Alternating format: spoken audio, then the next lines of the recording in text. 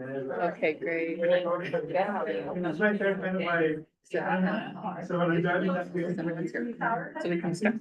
Okay. I thought about you. And seriously.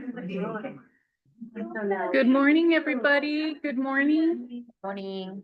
Before we get started, another invitation to get some more coffee or burritos. And I believe we do have a quorum. We have some board members on Zoom. We'll start with some introductions. But I just wanted to say and thank our superintendent and our APS neighbors and members. It's been an incredible time of graduation and celebration of our youth in schools, including my youngest Hita, who graduated. And I know a lot of us have family members or neighbors who were part of that wonderful time. So it's been great.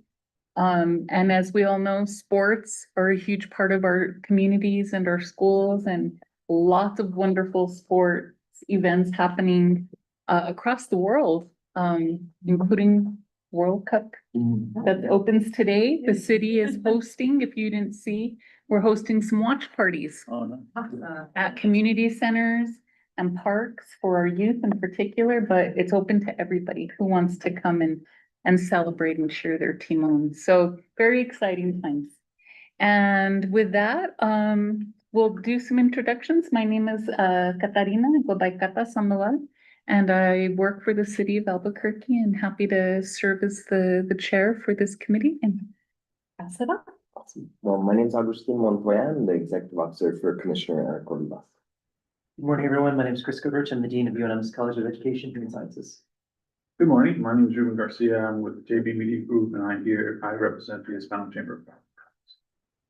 I'm Barbara Peterson. I am currently president of the AFT Retirees.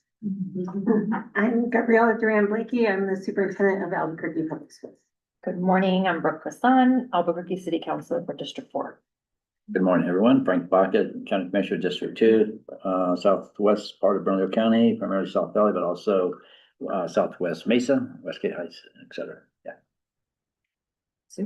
Yes, and board members on Zoom, if you can introduce yourselves, please. Good morning, everybody. Janela Astorga with APS Board of Education, representing District 1. Thank you. Good morning.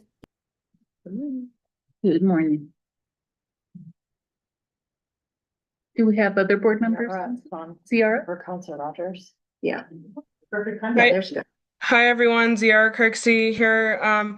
Not on behalf of Councilor Rogers for now. She should be joining on as well, but good to see everyone. Thank you guys for having us. District 6. Thank you. Thank you and good morning. Good morning. We're just introducing ourselves. Oh, okay. Did everybody already go? Okay, so I'm Rebecca Beckton, school board member. Welcome, welcome. Thank you so much. All right. Let me get my glasses on. Okay. And we do have a quorum, so I don't believe we have any voting items today, but we do have a quorum. So again, thank you all for being here. Make sure you get your coffee and burrito. And thank you, Deanna, for the packets. You all have your folders in there. You'll find your agenda. And so if you want to just take a minute, the first item is to approve the agenda, but let's just take a minute to review it and see if there are any questions.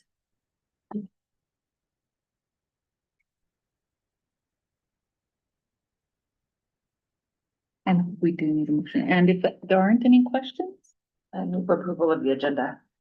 Thank you. All right. It has been moved and seconded. All in favor? Aye. And it is approved. Councilor Rogers. Oh, okay. I thought, wow, they're approved. They're saying approval on Zoom. All right. And then also in your packets are the minutes from our last month's meeting. Let's take a moment to review those and see if there are any questions. And Deanna, if you want to say anything about those, but we stand for questions if we have them. I'll move approval of the minutes from May 14th. Okay. 1 second. Thank you. It has been motioned to approve and seconded to approve our minutes from last month. All those in favor, please signify by saying aye. Aye. Any opposed? All right. Welcome, welcome. Hi, Alan. Hi, good morning. Morning, morning. We just finished introductions. If you want to introduce yourself. Hello, everybody. Whoa. The chair was low and president for 2 more weeks of the Albuquerque Teachers Federation with Sarah, who is coming in as president. Awesome. And I believe Counselor Rogers joined us Yes. as well. Counselor, are you on Zoom? Yes, Just ma'am. wanted- Good morning, Good. everybody. Good morning, Counselor. Well, we do have a quorum. We just approved the agenda for today. We also approved the minutes from last month. And now we are on to the first item of business, which is thank you. Well, good morning, Mr. Rodney. The chair right here for you. There's food and water and we'll let him settle in just a sec, but as we do that, Sure. we have an area of focus, and today's area of focus features the community school transformation stories, which we're gonna be able to go out and see in the hallway in just a few minutes. These stories are modeled after the theory of action for community school transformation, developed by Community School Forward and adopted nationally. And these stories demonstrate the steps and the journey, if you will, that our community schools took and applied to their local community and the impact that it had. And so Deanna's gonna walk us through that. But before we do that, good morning. Thank you for joining. Good Can morning. you introduce yourself? today? Sure. I haven't been to many board meetings because of my schedule, but I'm Rodney Prunty. I'm president and CEO of United Way of North Central New Mexico. Glad to see you. Glad to see you too. So on the screen and also in your packets, you have a very short abbreviated version of the community school theory of action. It's the theory of action for community school transformation. This is what Board Chair Sandoval was referring to when she said it was adopted by Community Schools Forward and nationally, or created as. So it's this. Anybody that is familiar with the continuous quality improvement cycle will recognize that that's really what this is. In fact, it actually says that on the back side. It's a continuous improvement cycle. And so the posters, and I will walk you in more detail through what you'll see on the posters in a few minutes when you go look at them. But what we've asked our community schools to do, and they've actually been doing this for, I want to say maybe the last 3 years, is really tracking each step that they are taking within this improvement cycle.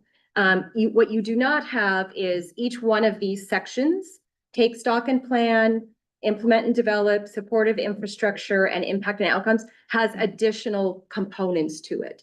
So when you look at the posters, you'll see there are additional components, and those I have a little breakdown for you to carry around with you as you are looking at them. So, but that is what we ask our community schools to do and to follow. And it is a large part of the community school impact coordinator's role to track what is happening, in many cases to facilitate this process with their community school councils, and then demonstrate the impact through data gathering, quantitative, qualitative, and other parts of that. So I don't know if anybody has thoughts or questions about just this theory of action. Great. It's nice to have a framework that we can wrap our brains around. So we are excited to share the posters with you. We just wanted to let you know that 58 of the community schools submitted data, and you'll see little notes around the ones that weren't able to do so and why. It's 85% though, which is a really, really, really great response. So we're very excited to share those with you. That is great, 85% return. Awesome. Well, thank you, Deanna. And next, Dr. Blakey, Superintendent, is gonna talk to us about how the APS schools are taking the framework and how it aligns to the initiatives that they're doing in the district. Thank you, Catherine. I'll move up here, so. Weird. It'll just be weird for me, but not. So we did want to take some time this morning just to talk about how all of this work fits into the larger scope of the district and the strategic plan, because especially as you see the posters, that there's a clear understanding that this partnership is really important in how we do school in Albuquerque Public Schools. So that it doesn't seem like it's like a project or a something that somebody is doing in isolation, but in fact, it's the opposite, where it's one of the heavy levers in our strategic plan. So we have been involved in community schools. This is not new at all. It's but it's evolved. So what it looks like now might look different and should look different than it did in 2007. In 2007, when we had 5 schools, to 2025, when we had 69 schools. So currently we have 69 schools that are community schools in the district.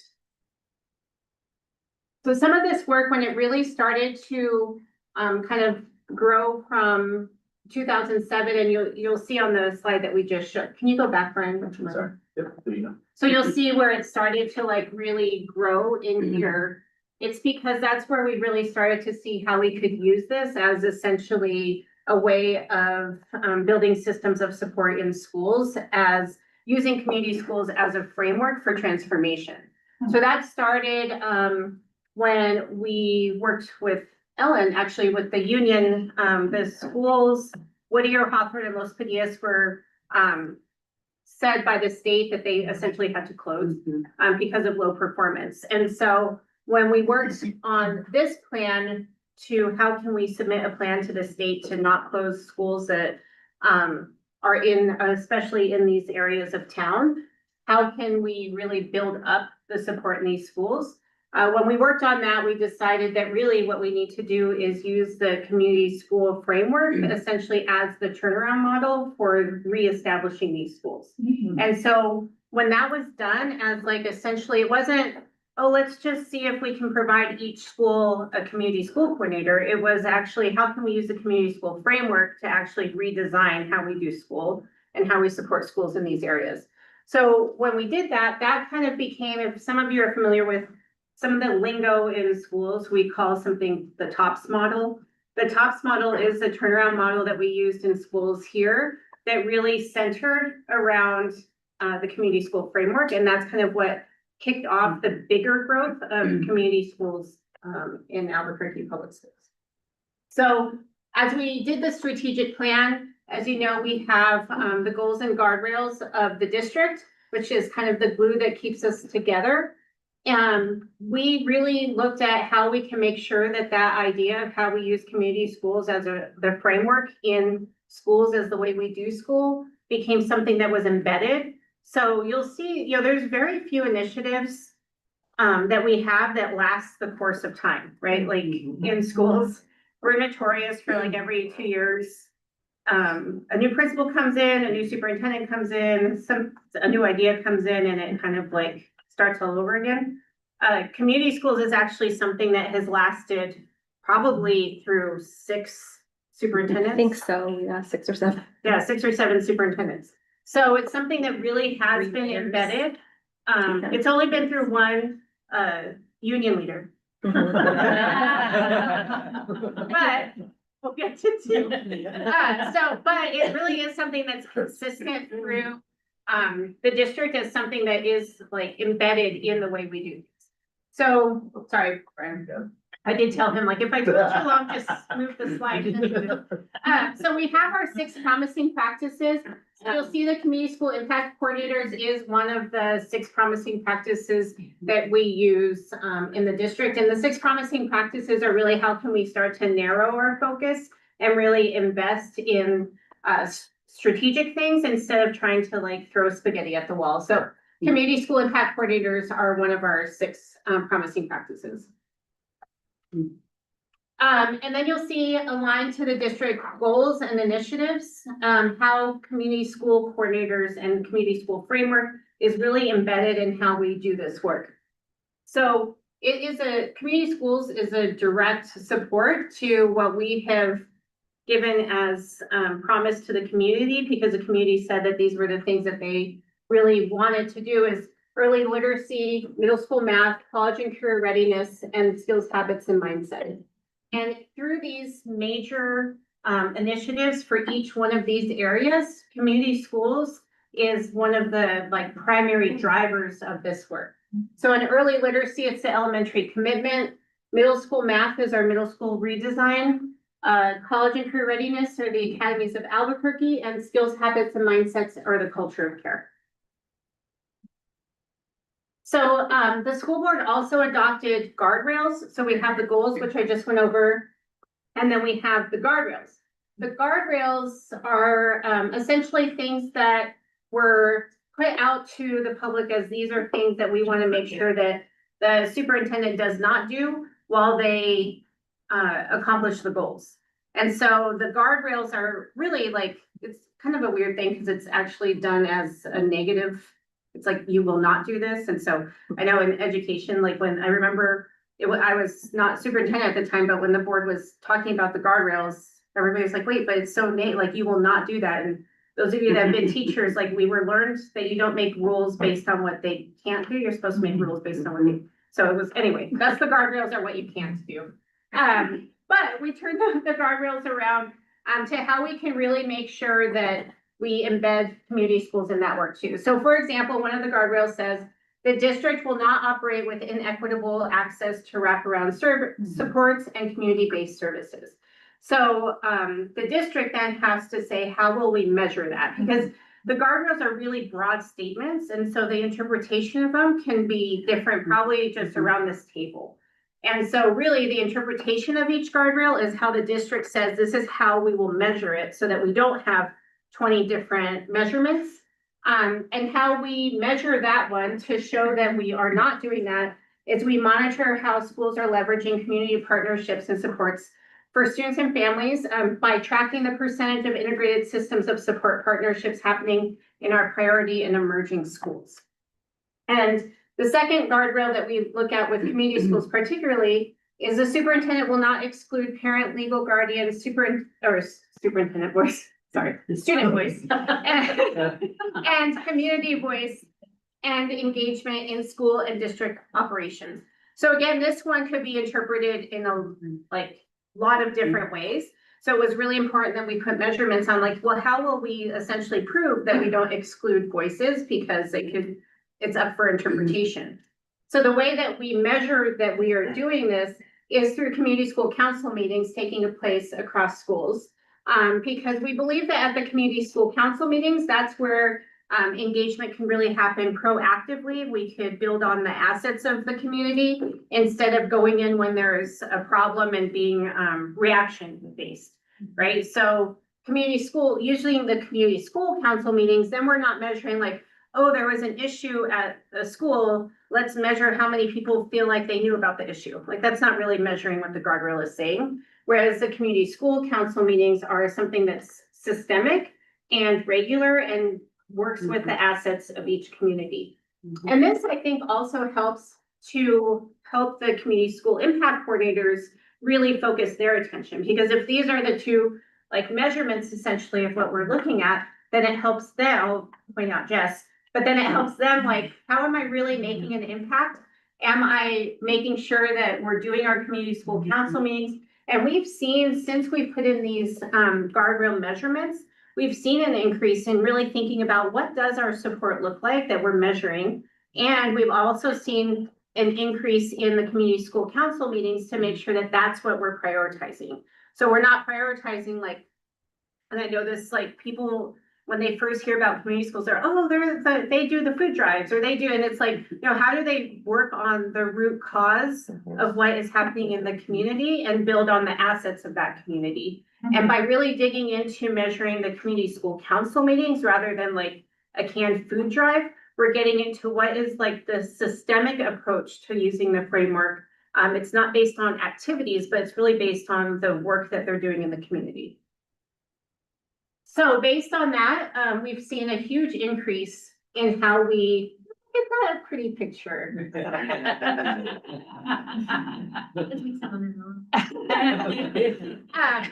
And so we've really seen this increase. So I think this is just really important to know, because as you all know, this district is very big. It's very broad, very big. I just came from a state superintendent meeting where I was talking to superintendents around the state who are my colleagues that I love dearly, but it's just a different world. Like one of the districts has 52 kids. And I was like, wow, like, what does your day look like? What you do when you wake up? Tell me what you do. It's really, it's just really interesting because the scope of what happens in Albuquerque. And as a lot of you know, our district goes from Tijeras to To'Hajiilee.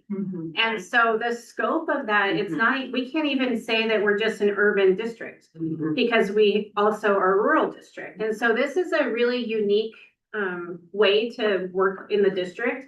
A lot of our partners, even the extreme of the Council of Great City Schools, which is the largest districts in the country, we're different than them too, because a lot of times they're like the center hub of that city. They don't have rural, they just have like the real, like Indianapolis, for example, it's just the center of the city and everything surrounding it becomes like suburban districts. And so we're really unique in how we serve our families. And because of that, I really think it's important that our community school framework allows us to go into the community to make decisions, because if we try to do it too broadly, you don't really build on the assets of that community particularly, and it causes a lot of division often, and you're not approaching things really intentionally because the areas are so different. Whereas if we do it from the way that we're describing here, as a system, we're saying, here are the resources that we provide. Now, how you use it in your particular community could look different, but we are using it as a system. And then what it looks like from one school from Rio Grande to Highlands can look very different. But the continuity is that we're both using the same idea and the same system. So another thing that APS we struggle with, I don't know if you guys have heard, but we struggle with getting like information out. Right? And particularly we struggle with getting accurate information out, and we struggle with good information, good news going out as well. So there's a lot of like, and people really like drama, which is why reality TV works really well. But when you're trying to work in a system, you really don't appreciate reality TV in that sense. But how do we like really build on how to get accurate information out and how to spread good news that's happening in all of these communities? And so this year we really started saying like, wait, we already have people who do this work in the community. Like, why are we not leveraging the work that we already have? Why are we not leveraging systems we already have? Do our community school impact coordinators really know what's going on? Because they're the closest tie in the community.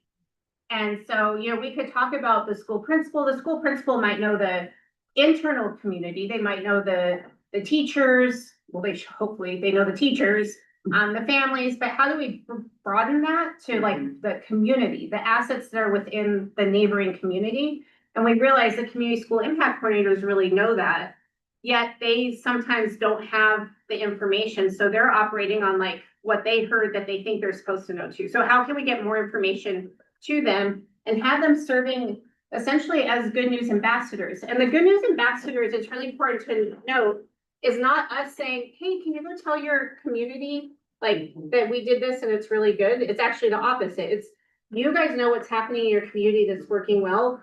Feed us that information so then we could spread it to the broader community. So what we really did was say like, please share with us what you're doing, what your community is doing, and then we can pull it and we can broaden how we share that information out.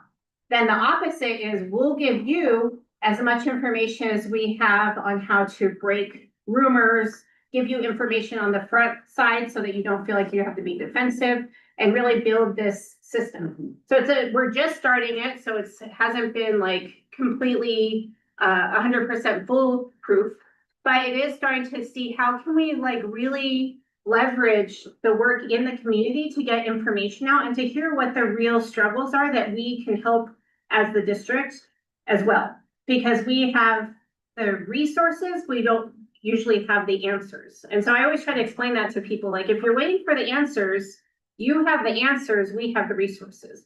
So if we share that information where you're telling us like, we know what to do, can you help us get there? That's how the district can come in. But when it doesn't work is when the district says, we have the answers, you have the resource because you have one person that can do this. Like, will you please do this?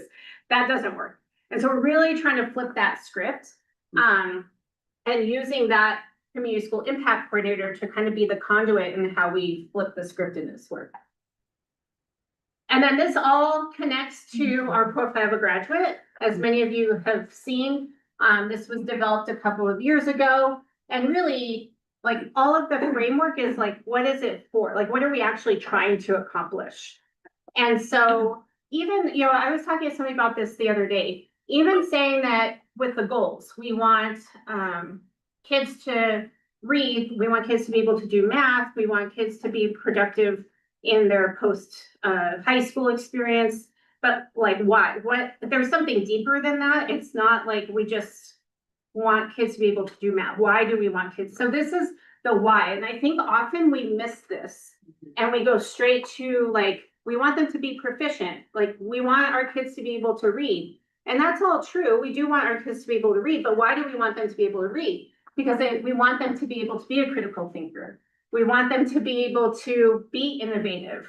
And so all of these things are really important because I think a lot of times we miss this and we go straight to like the measurement of our goals, but broader than the goals is what we want the profile of a graduate to be. And essentially the profile of a graduate is saying that anybody in Albuquerque that has a diploma, so you all had kids that graduated, all three of you had kids that graduated this year, that when they apply for a job, that this is embedded so much in the community that it's like a seal. It's like, all I need to see is that this student graduated from Albuquerque Public Schools. And as an employer, I know that that means that they can do these things. Like that's the ultimate, like, what do we really want our kids to be able to do? And then behind that is a system of, well, how did we do that? How did the community help with that? How did we give the kids the resources? And I feel like if we really start to get even deeper in our work in community schools, that starts to really flourish. And those of you that I've worked with for longer periods of time, I've always taught, when I worked in zone, we used to be in zones, and I worked in zone 1, which was essentially the southeast area of the city. I would always like push on the growth of community schools because I really, really believe in holding high expectations for students. But you have to have essentially a safety net for them. So I've really seen that. And even when I was teaching at Highland, when you push on kids, they will perform. But kids that are coming with so much trauma, what's the net that's going to hold them so that you can push them?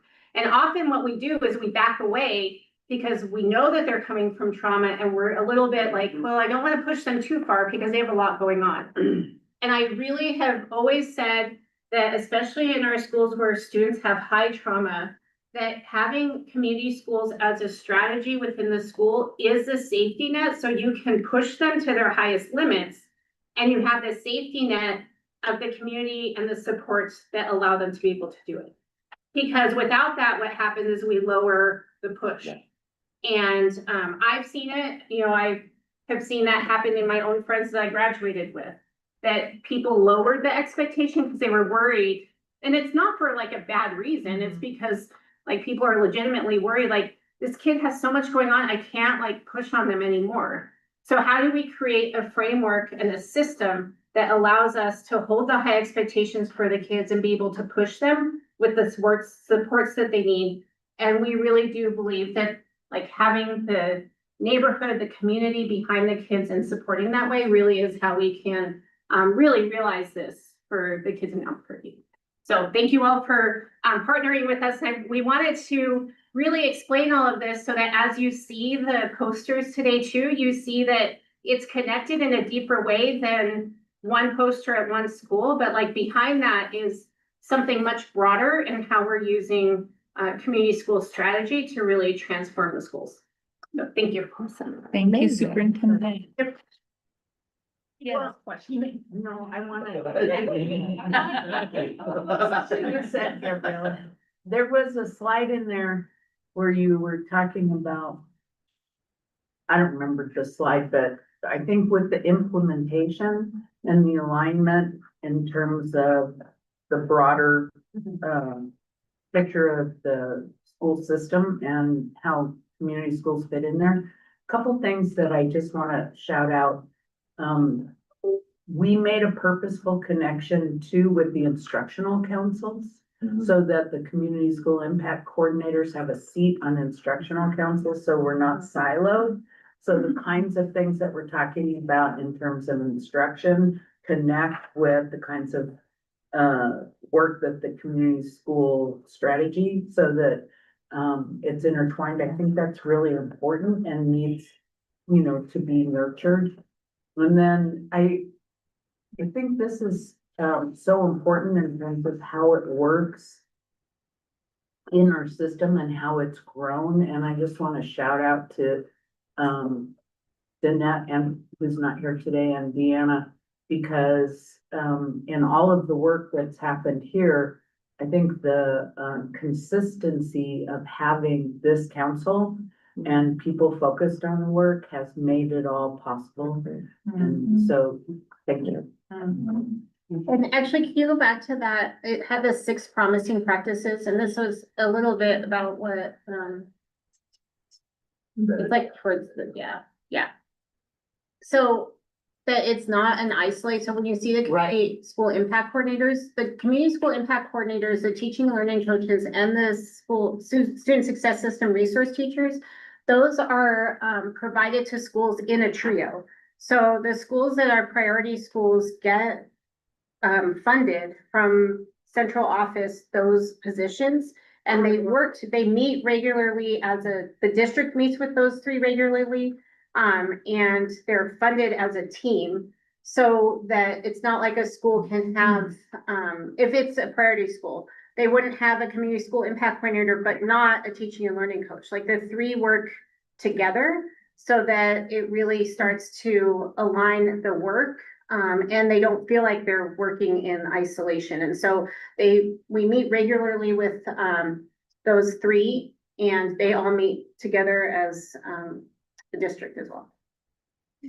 Thank you, Superintendent. That's a perfect example of what you shared with us, how it's a system, right? And the district provides the resources, but then the context of the school and that team really implement what's best for that school at that site.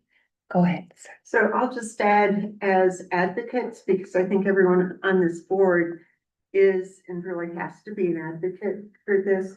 The complexity is really important, but I think sometimes funders, legislators, the business community wants to look at the one thing, and if we just focus on this one thing, we can cut everything else and it's going to work. And it doesn't work that way in a school. It's a complex system. And so as we're advocating for community schools, I think that we have to do that really aggressively and actively, but really combine it with what that whole school environment looks like. And I think that's a really good example. You can't pick any one of those and take it out and not work. And I think that's something that funders, legislators, people outside of schools don't understand. And so it's up to us to really explain it and clarify. Thank you, Commissioner. Go ahead, Chris. You first, your hand was up. So in terms of community engagement and assets of the community, I'd like to just sort of shout out or the role of community coordinator that I've seen in working with neighborhood associations. My community neighborhood associations are thriving. They're absolutely thriving. We go to every meeting. Essentially myself, my assistants, or somebody from the county goes to essentially every meeting. And they're thriving. And those where the community coordinator shows up and engages with us and asks for help or resources or providing good information or talking about needs. I just think that is so effective because they are very, very, they're a network of people. They're the community, they're business people, they're residents. Most of them have lived, at least in my district, there for many years there, if not their entire life. And an example of, some of the schools we've dealt with, Hermosa, Los Feliz, Polk, Rio Grande, there's just been some amazing success stories. And I'd just like to point out that last year, in talking to one of the community coordinators, there was a talk of a reward for perfect attendance, right? So our office supported them with 2 bicycles. This year, we've supported them with 6 bicycles because of perfect attendance. Right. And so that interaction, that interplay, those people are committed. That's why they're involved in neighborhood associations. The effective associations invite the schools, they invite law enforcement, they invite elected officials, and they're just a great opportunity to discuss important issues and help find solutions. Thank you, Commissioner Chris, and then Counselor Rogers. Well, thank you. I just want to follow on the wisdom of Barbara, because I think all of us are advocates for community schools in the room. And one thing I don't see on the agenda, but I hope we have time to discuss, is the conversations that we had in Long Beach at the AFT Community Schools Intensive, because I think we had some great conversations around different ways that each side of our system of this board can support APS with this larger community school initiative. I mean, we had some great conversations around UNM in terms of thinking the training and professional development of community school coordinators. And so what would our academic program shift look like to really support you to have the most qualified applicants for community schools? And then Dr. Anne-Marie Strangio from NMPED was there, and we had some conversations around, is there a way to endorse or license these individuals and even think about a career ladder so that there's professional development over time, and then, how UNM can support. So I think there's great ways to think strategically as a team around, how can we leverage the board to support this larger initiative? And even would it be wise to have a ABC Community Schools board strategic plan for the future to support the district in achieving their mission? Good idea. And Chris, to your point, if we have time at the end of today's agenda for updates, and we'll make sure to incorporate that for the next meeting as well. Great. Okay. Counselor Rogers? Thank you, Madam Chair. Sorry I couldn't be with everyone in person, but I just wanted to echo what Commissioner Baca talked about with our coordinators. I think, we definitely need to, I want to follow up on my ask that we have some time for coordinators to have space during the board meetings to give updates, tell us about their needs. I think as we begin to think about new curriculum and certifications, I think that is awesome. And I'm hopeful, as we have done, that we're asking current coordinators what are their needs for professional development and resources now as we build that, so that we can make sure we're building curriculum that fits the needs of our coordinators. And so I do, Madam Chair, please want to follow up on the agenda item that coordinators have space to, not just present their work, but also talk about their needs and some of the things that this board could support, specifically our coordinators. Thank you, Counselor. I did make note of that. And so as Deanna and I co-create the agenda, I've got coordinators to come to our meetings about their needs. So we'll make sure to incorporate and follow up on that. Thank you so much. You're welcome. All right, any other comments or questions before we start getting ready to go outside and look at what schools have done? All right, well, in your packet, get my glasses on. Is a copy of our role in this work. It looks like this. And it illustrates how we operate collectively, right? That collective impact, which is the backbone of all the work across the city that are community schools. And our board meeting topic this month and demonstration is aligned in 2 areas, and I circled them for you. The first is amplify community voices, and the second is drive and measure impact. So before we go out into the hallway to view the community school transformation stories, Deanna will give us a quick overview of what we're going to see. I will, and I'll be very quick because I want you to spend some time with the posters. So we made you a little postcard cheat sheet. Go ahead and just, we'll come back to this. Okay. Go to the cheat sheet. Oh. Okay, so the transformations, this strategy steps, they're on here. So, and they're color coded for you. So as you look at each poster, this is what each part of the plan, this theory of action is, okay? And it's right there.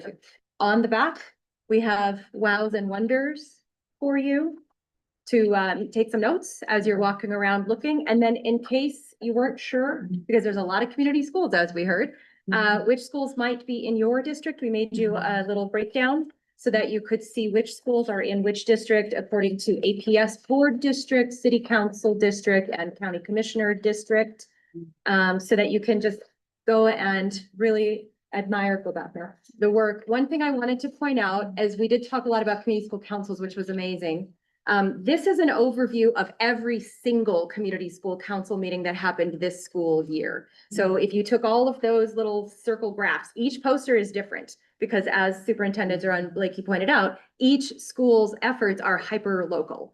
So each circle is different, but this is what they look like collectively. So collectively across community schools this year, 1,681 people attended community school council meetings. There were 853 of those meetings that happened. That is by far the highest number we've ever had. So kudos to everybody who made that happen. And you can see how they're broken down. And so looking specifically at the parents and the family and community engagement partners, we had students, so you'll be able to see that. So, and then we'll just go, while you are looking at the posters in the hallway, we have a QR code for the folks online.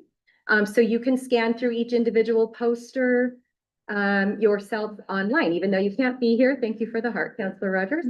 And I did set 15 minutes. I think we'll take 10. Let's take 10 minutes. I would love for us to be able to share the wows and wonders when we come back. It's cutting a little close to the end time of our meeting, but let's start with 10 minutes to go out and look, and we'll make sure you get this link to every single poster as well. Sorry, Ellen. Yeah. Just a quick question. Back on your pretty rainbow graph. Yeah. I was struck by the number of teachers Yes. and other school personnel that attend the meetings. Yes. And I'm curious about whether or not that grant from AFT, the. Oh, yeah, the lead and learn.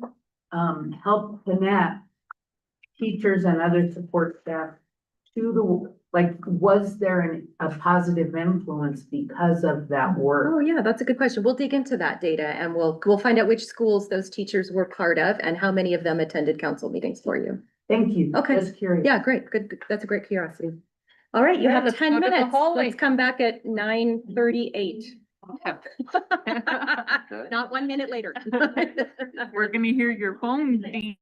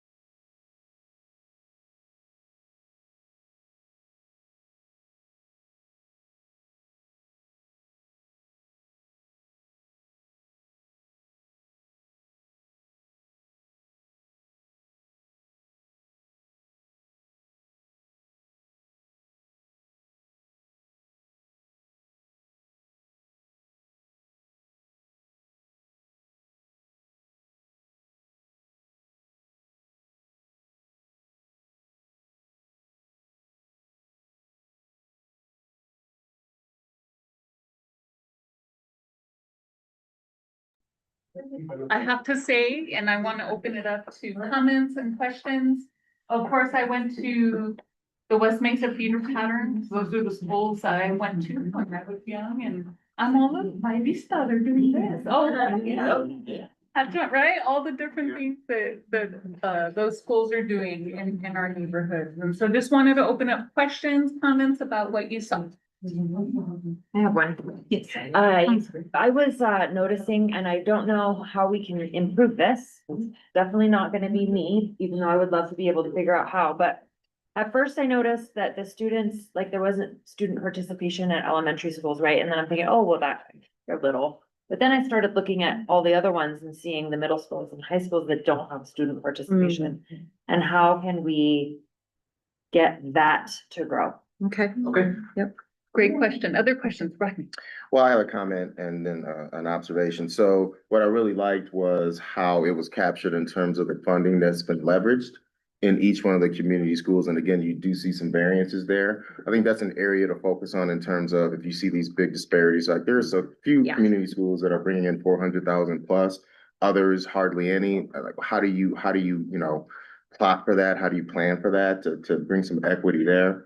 In terms of getting funding. And then there were a few other posters where they were unable to submit data. And then I was asking questions around why that was. And certainly there's some ways to examine some accountabilities in terms of the community school coordinator getting that in on time. And I think in one instance that was the case. And so my question was like, what are the checks on that to make sure during the school year that it's happening, that it's progressing, and to really pay attention to that. And the last thing I'll say is, this is phenomenal.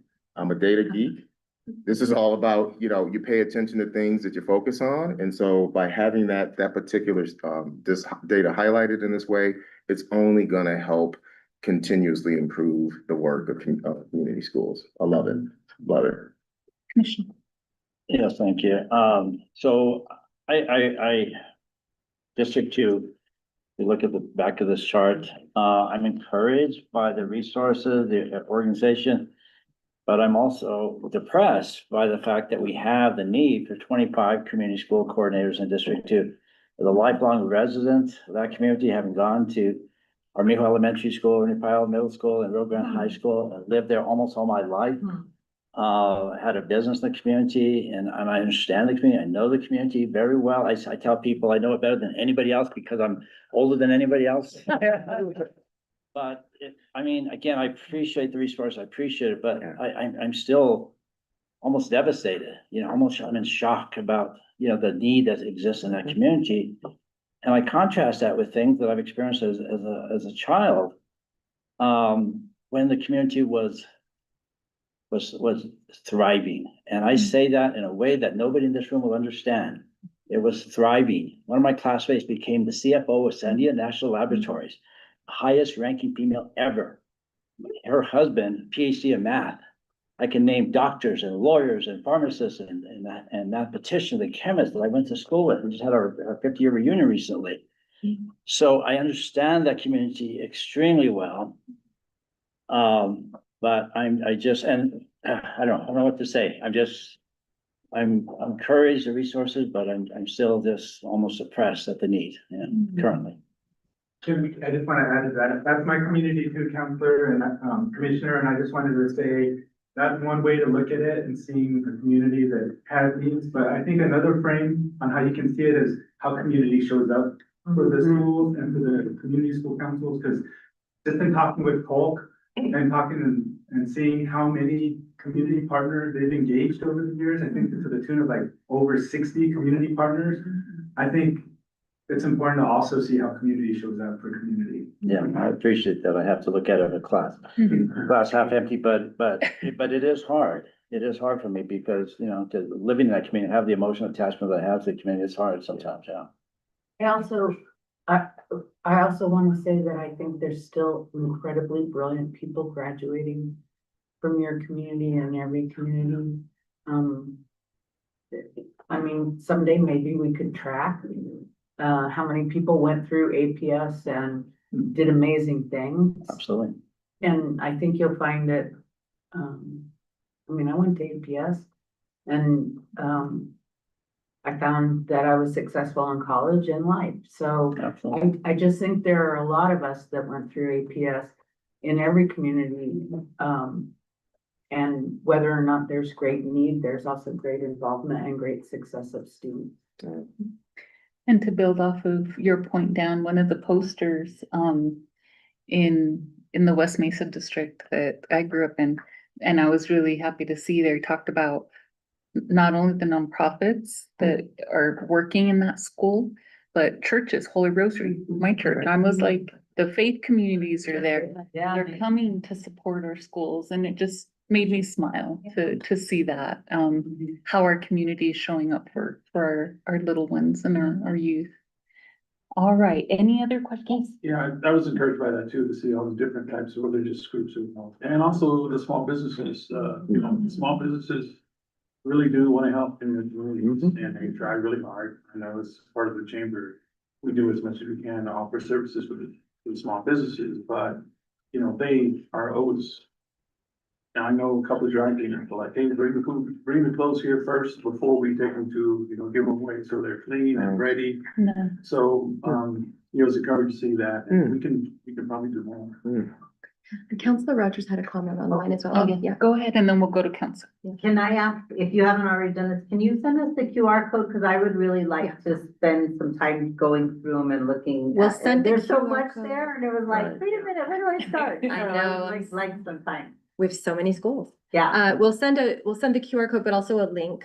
So you can look at it on a big screen, because I recognize, yes, there's a lot of data on these posters. And then there was a comment from both of our online participants. Councilor Rogers? Thank you, Madam Chair. I echo what everyone said. I really love the posters. I love a good research poster. One of my favorite things to do at UNM Hospital was my job was to help nurses do their research, display their work, come up with templates like posters like this. And I would just say, add some pictures, please, of the events that we get to see on the board. The coordinators, the students, the partners. We did that even on dry nursing research posters. We'd have to put pictures of the larynx versus the esophagus. And also, for conscious sedation and teaching, because these posters are also to teach other new coordinators, I would hope, how to set up projects, what projects look like, how do you set up outcomes. So thinking of adult learners and all of the different things, we would do things like pictures, and the people who did the work in the posters stood next to those posters. So for auditory learners, they can explain what the posters were about very quickly in an elevator speech. Then we were able to send those posters out to national conferences, to funders, all kinds of different ways we utilize these types of posters to bring funding in for nursing research. Nurses got to travel and go present their work at national conferences. It was really an important part of the nursing work I did. And I think these posters could serve as that and get the coordinators to put them into there's so many national conferences that we should be displaying their work. They should be displaying their work, not us. They should be displaying their work and have the chance to share it on a national level, because there was some amazing things happening. And these posters could be used for a lot of things, including going to funders to paint the picture of what we're doing. It's really phenomenal work. So I just have to shout out all of the folks with boots on the ground that are doing this work, because that is the glue of why we get to be so proud and amazed of what's happening in our schools. And this is what we need to share far and wide and yell from the rafters.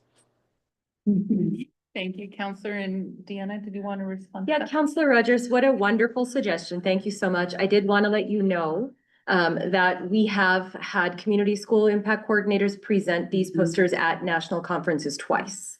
And in fact, 2 years ago, I think, every single one of these posters was included in the report for the House Memorial 44 Task Force at the legislature level as well. So we are absolutely trying to jump on that opportunity to share these stories, but I love this idea of adding photos, and we'll talk more about how we can incorporate that. Thank you for those thoughts and that suggestion.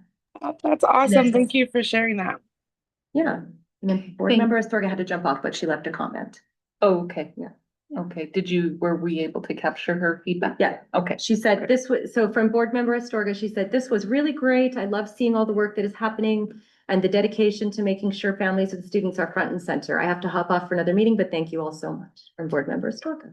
And on the comment you just made, Deanna, about presenting these posters at national conferences, just,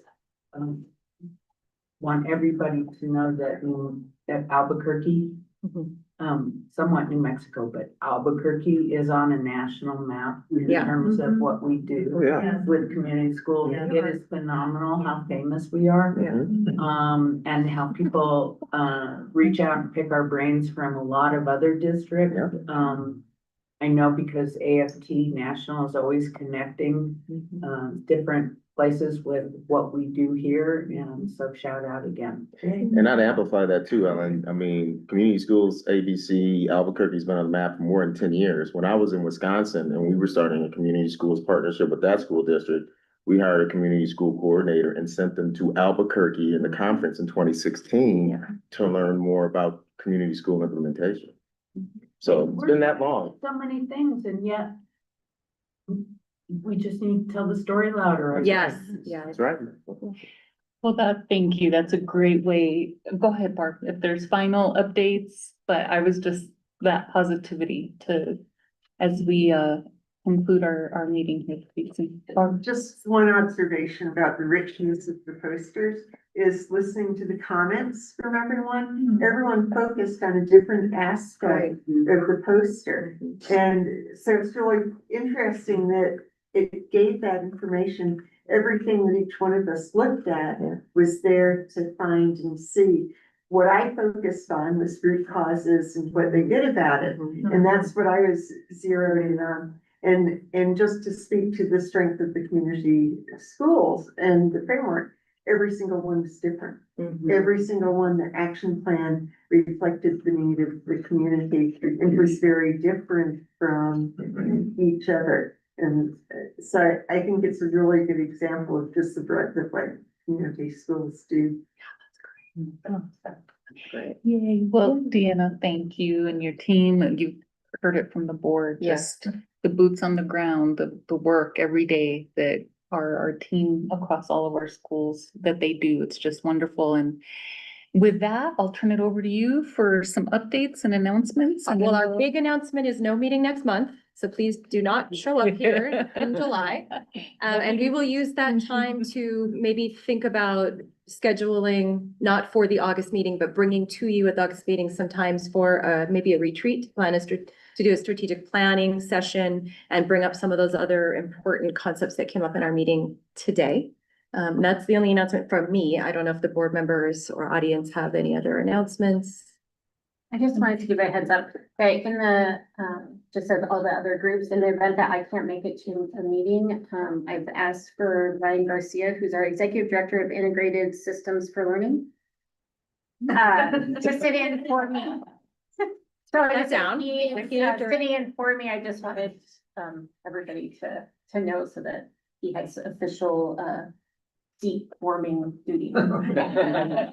absolutely. I was just curious if anybody's ever attended the National Forum on Education Policy that Jose Munoz is the president of. Have you guys been to that? Well, he brings his folks to us, actually. So, yeah, we had a chance to talk to them this spring. Okay. Yeah. Yeah, he asked me to attend, so I'm going to that. Great, good, good. Kind of Yeah. Explain the kind of public service we're doing. Excellent, fantastic. Any other updates or announcements before we have a motion to adjourn? Yes, one more announcement, Councilor Rogers here. We have our a big Juneteenth celebration next week, next Friday, the 19th from 5 to 11 at Civic Plaza. It's a family-friendly event. We'd love help getting the word out. This year we have each year we try to elevate our health component. And this year we have a free health clinic. So folks can get, it's dental, free dental cleanings. We have eye exams that can be done. And that will actually be done on Friday and Saturday. And the city also is hosting World Refugee Day on Saturday, so let's make a weekend of it at Civic Plaza and Convention Center. We have putt-putt, skating rink, arcades, the splash pad, of course, outside. So we have 3-versus-3 basketball tournaments. And of course, local performers, food, music. Come share in Black culture and be immersed with us. It's a really great event. And we'd love your help. I put a flyer in the chat if to send out to everyone. We'd love to see you there if you can. Thank you, Counselor Indiana. We'll make sure to share with everybody the flyer. Yeah, and actually, I did want to mention that I shared out from Dean Goodrich yesterday. If you want to just quickly say what that was that I sent to everybody. So yeah, as I mentioned, last month, Deans and Directors has created, inaugural statewide EPP training standards. We don't have them in the state of New Mexico. We're hoping to be the 31st state in the country to have those standards, and we just endorsed them at our meeting in Silver City this last Monday and Tuesday. And so we will be speaking to the LASC on July and hope that we can get this group's endorsement of those standards moving forward. Okay. Great. Thank you. Any other announcements? Yes. I just want to make an announcement. I am the Community School Impact Coordinator at Rio Grande. And our feeder pattern, last year was our first one. This will be our second annual back to school bash. Rio Grande will host it, but it's open to our entire feeder pattern and their families for them to come, resources, school supplies, car show. It'll be phenomenal. Saturday, August 1st from 10 until noon.